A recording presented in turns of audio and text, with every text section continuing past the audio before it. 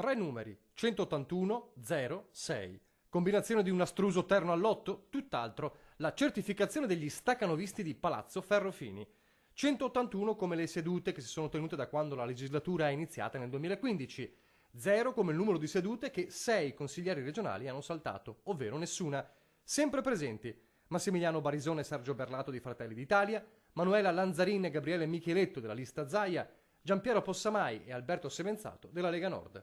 Sono loro i forzati del Consiglio, appena una seduta davanti a Pietro Dalla Libera, ora di Veneti Uniti, e Giovanna Negro di Veneto del Fare.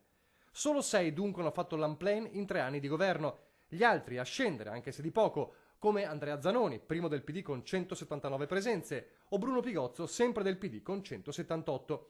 In ogni caso situazioni estreme non ve ne sono, parliamo di cifre che tra tutti stanno sopra il 70%, ma non di sola presenza si può vivere, perché in un'attività come quella finora espressa da Palazzo Ferrofini, che ha visto presentare 121 progetti di legge regionale, 12 progetti di legge statale e 173 mozioni, serve anche fare e votare. Così capita che qualcuno nella fascia più bassa della classifica abbia una percentuale comunque alta di votazione a suo attivo, come dire ci sono quando serve davvero.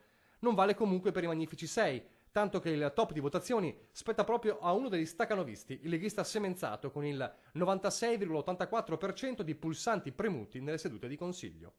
E quelli dietro la lavagna hanno la risposta pronta. Per la record woman di assenze, la Dem Alessandra Moretti, 52 volte banco vuoto, la spiegazione è chiara. Fare il consigliere regionale significa anche attraversare il territorio e toccare con mano le situazioni, dice l'ex Ladylike, e se stai solo a Venezia non lo puoi certo fare.